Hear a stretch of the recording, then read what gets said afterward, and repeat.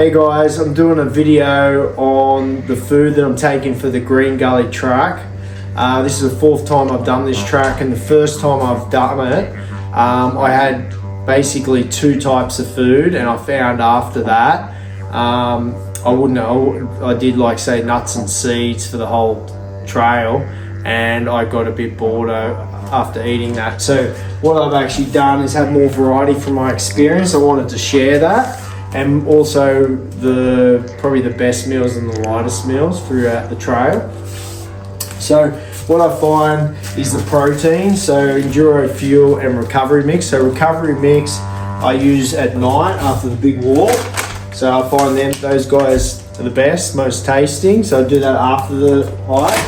And then this one, enduro fuel. So I have that in the morning. So electrolytes, sugars, and protein. So that's quite good for the morning, right? I'd rather eat on a light stomach. So that's what I've been having for that. I'm weaning myself off coffee, so I'm actually having more mushroom teas and chais. So the chais I really love from Byron Bay. So really epic chais, and I mix that with oat milk.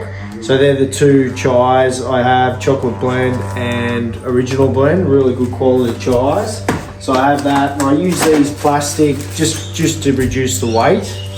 And then I put a bit of oat milk in the powder.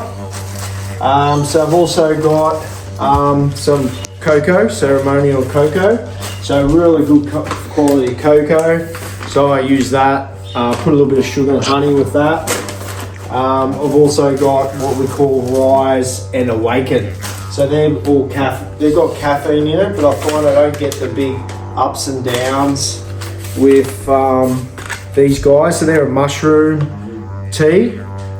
So Rise and Awaken, really good. I don't get the ups and downs, I get more of a sustained hit, but really nice to drink. So that's what I've been having. So then also on the trail, I'll have these really good quality protein bars. So they're your off-grid, and then these you can get at Woolies and stuff like that. That's Cliff. So I have 2 a day on that. On trail, it's good to stay hydrated. So I use these are next level. They've got sodium, potassium, and magnesium. So I have one of those a day, electrolytes. And on top of that, I have a hydrate and a Barocca. I do a lot of saunas, ice baths, and Bikram yoga, which is in the heat. So I really understand the importance of hydration. And also the enduro fuel definitely helps you with that on hydration. So I've got good quality salamis. So I like to have one of those on trail, and I'll put that with a wrap. So I take one of those. I've got good quality dried fruits, so mango and all the type of ones you can see in there. Then I've got also macadamians and some honey macadamians, really nice. And then I've done also a mix of nuts and seeds, so it's really good. So you just see the variety of that. And then I've got these soya crisps are really nice as well. I'm loving that. So it just gives you a bit of variety. Obviously, if you're coffee, you can get coffee. Take one of those. They're quite good. So then at night, I find these Strive meals are probably the nicest to have, and the lightest, basically.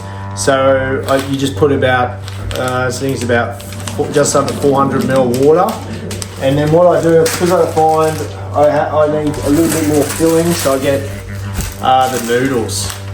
So I find them really good, and also their desserts are great. So they're easy and quite filling. So that's basically it at a high level that I find they eat. And also I have wrap with some squeezy peanut butter. What I do find though is that I've got some herbal teas as well. So herbal teas are good at night. What I do find though is that your BO, I've never smelt anything like it, like in terms of the food that you eat here to your normal meals. Your BO really shifts, and I noticed that on a few of the trails that I've done. I think it's due to the proteins, and you know, the nutrition's probably not as high level as when you're at home. But overall, for the trail, to have a variety of a mix and not get sick of eating the same stuff. And you know, this is probably your lightest gig. When I first did the trail, I did rice, tuna, and a bit of soy sauce. Found that really nutritious, but it's very heavy. I did try the off-grid foods at night, but I found them quite heavy, and you needed to put pasta or something with them because they didn't give you enough carbs and filled you up, especially after a big hike like that. So this might seem a lot of food for a lot of yous, but considering the trail, and it is quite a up and down, you definitely need a lot of food. So anyway, I hope that helps.